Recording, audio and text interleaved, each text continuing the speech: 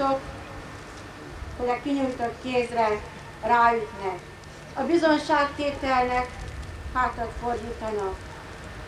A feláldozott időt semmibe veszik, a jóságot félreértik. De vajon mindezeket hogyan szemléljük mi? Tudunk-e úgy imádkozni nap, mint nap az ellenségeinkért, és mindazokért, akik valamivel megsértettek, hogy Uram, ne ródd fel nekik ezt a bűnt, hogy egyre közelebb kerüljenek ahhoz az Istenhez, akitől távol élnek, akinek a szeretete nem munkálkodhat a szívünkben. István tette egy bizonságtétel, a hite és az élete egybefont, még a halál pillanatában is. Nem a gyűlölködés hangja szólalt meg, hanem az imádkozó, a könyörgő hang a másikért, a másik embernek. És így kell könyörögni a Tiszaföldvári népért is, hogy Uram, ne ródd fel nekik ezt a bűnt, hiszen nem tudják, kit tagadnak, és ki mellé állnak.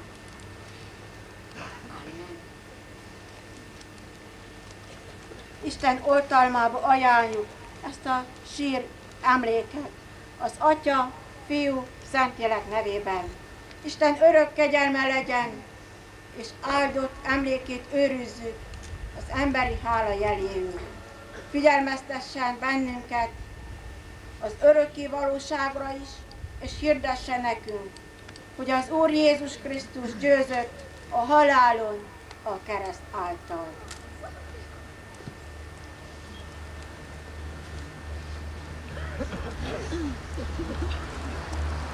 Hiszünk abban, hogy a fiataloké a jövő, de egyben abban is, hogy ők építik ki majd ezt a bizonyos jövőt. A hívő szülők gyermekeinek ajkáról csendüljön most fel egy ének, mely az ő tenni akarásukról szól, és legyünk boldogok rájuk tekintve, hisz ők Isten segítségével akarnak a szeretet eszközeivé válni, ahogy ezt az ének szövege vallja. Isten pedig fog erőt adni nekik, hogy terveik megvalósuljanak.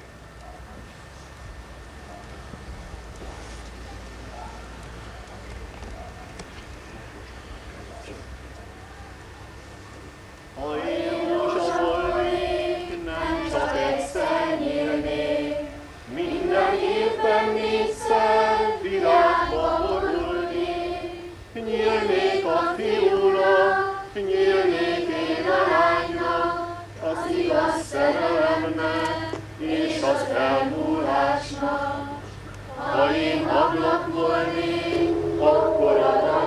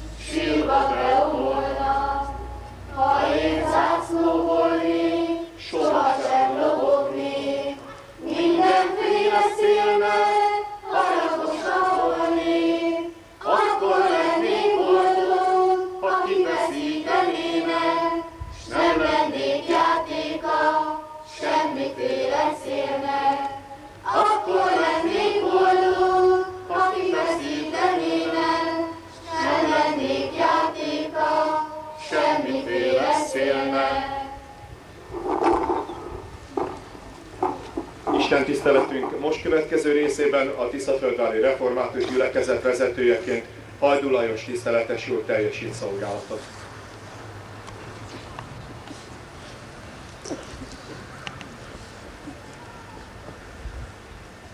fájdalmasan és kegyeletteljesen emlékező testvérek. Hozzá tartozik az adósságunk lerovásához az is, hogy megmerjük vallani a mi hitünket ez alkalommal.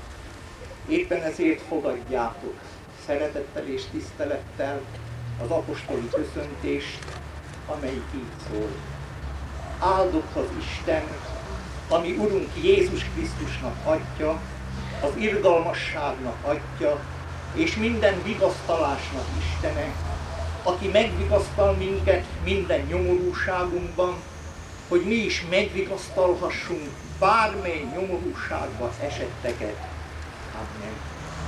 Imádságos lélekkel és szívvel szeretnék először hozzátok szólni, előtt két igével felolvasnám ezt az emlékművet, akik kegyelettel emlékeznek itt, velem együtt imádkozzanak.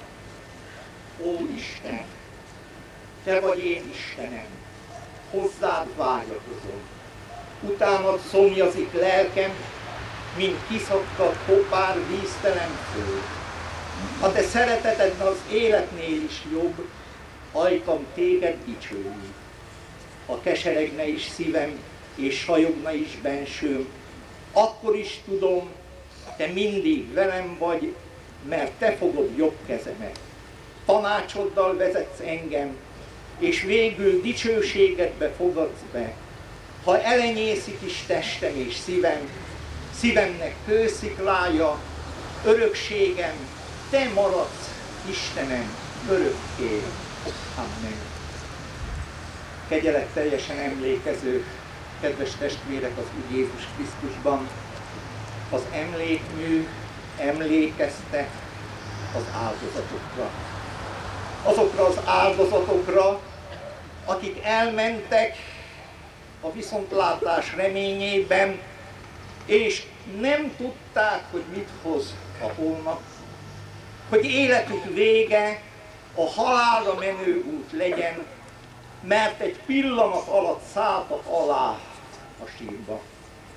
Ez a felállított emlékmű másodszor emlékeztet a könnyre, amely még most is ott van a szemeken, a sírásra, a fájdalomra, a gyászra, az egyedülmaradásra, akik itt maradva úgy éltek, hogy hiányzott a férj, hiányzott a gyermek, hiányzott a testvér, és nem utolsó sorban hiányzott az édesapa. Ez a felavatott emlékmű hadd hirdesse évszázadoknak, a harmadik évezredben is, hogy igen értelmetlen dolog a háború, bűn Isten és embertársaink ellen, vétek a szeretet kettős parancsolata ellen, mert az írás így szól az életről Isten dicsőítve, hogy aki él, az dicsőít engem. Mert Isten az életnek és a békességnek az Istene. Ez a felállított emlékmű elkötelez bennünket, itt élőket, a mai nemzedéket arra, hogy a bekövetkező évezred a béke korszaka legyen, amikor nép népre nem támad, sőt, fegyvereikből kapákat és dárdáikból metszőkéseket csinál. Emlékezünk azokra, akik életükkel áldoztak. Maga Jézus Krisztus mondja, nincs annál nagyobb szeretet, mint ha valaki életét adja barátaiért.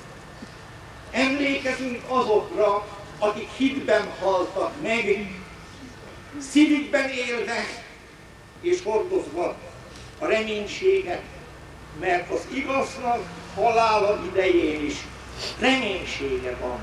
Emlékezünk azokra, akik azzal a bizonyossággal a szívükben távoztak, hogy ha a halál árnyékának a völgyében járok is, nem félek a gonosztól.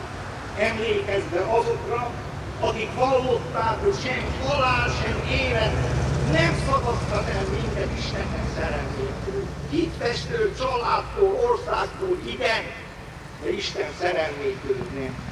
Emlékezünk azokra, akik hallották az ígéretet, imé megnyitom a kis hívjaitokat. Emlékezünk azokra, akik szívükbe zárták Jézus kijelentését, én vagyok a feltámadás és az élet. És azokra, akik tudták, hogy majd egykor, mint utolsó ellenség, töröltetik el a halál. Ó, ebben az emlékezésben ne hiányozzon hitünknek megvallása, valljuk meg a mi hitünket, elmondván közösen mindazok, akik hisznek az apostoli hitvallást.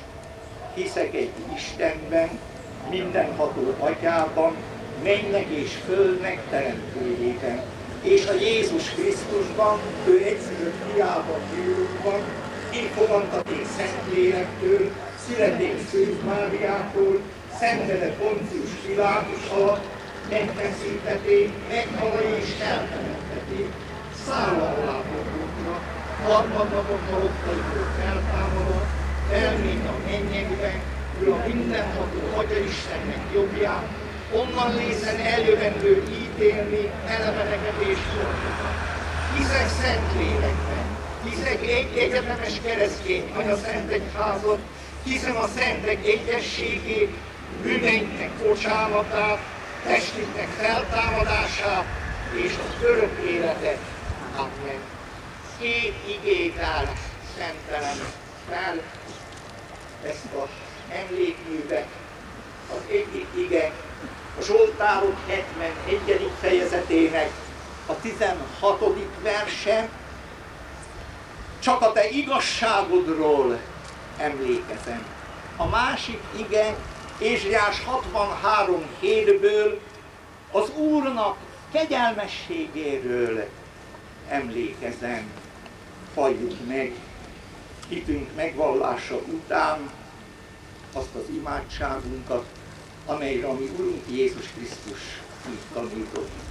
Mi Atyánk, ki vagy a mennyekben, szenteltessék meg a te neved, jöjjön el a te országod, legyen meg a te akaratod, mint a mennyben, úgy a földön is. Ami mindennapi kenyerünket add meg nékünk ma, és bocsáss meg a mi vétkeinket, miképpen mi is megbocsátunk azoknak, akik ellenünk vétkeztek. És ne vigy minket a kísértésbe, de szabadíts meg minket a gonosztól, mert tiéd az ország, a hatalom és a dicsőség mind örökké. Amen. A minden kegyelemnek Istene pedig, aki az örök dicsőségre hívott el minket a Krisztus Jézusban, akik rövid ideig szenvedtetek, ő maga tegyen tökéletessé, erősekké, szilárdakká és álhatatosakká, övé a dicsőség és a hatalom örökkön örökké. Amen.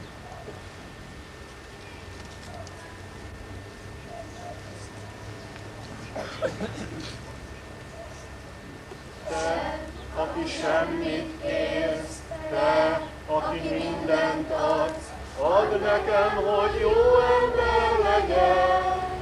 Te, aki mindent látsz, te, aki mindent tudsz, tudd meg, hogy ez nem megy nélküled.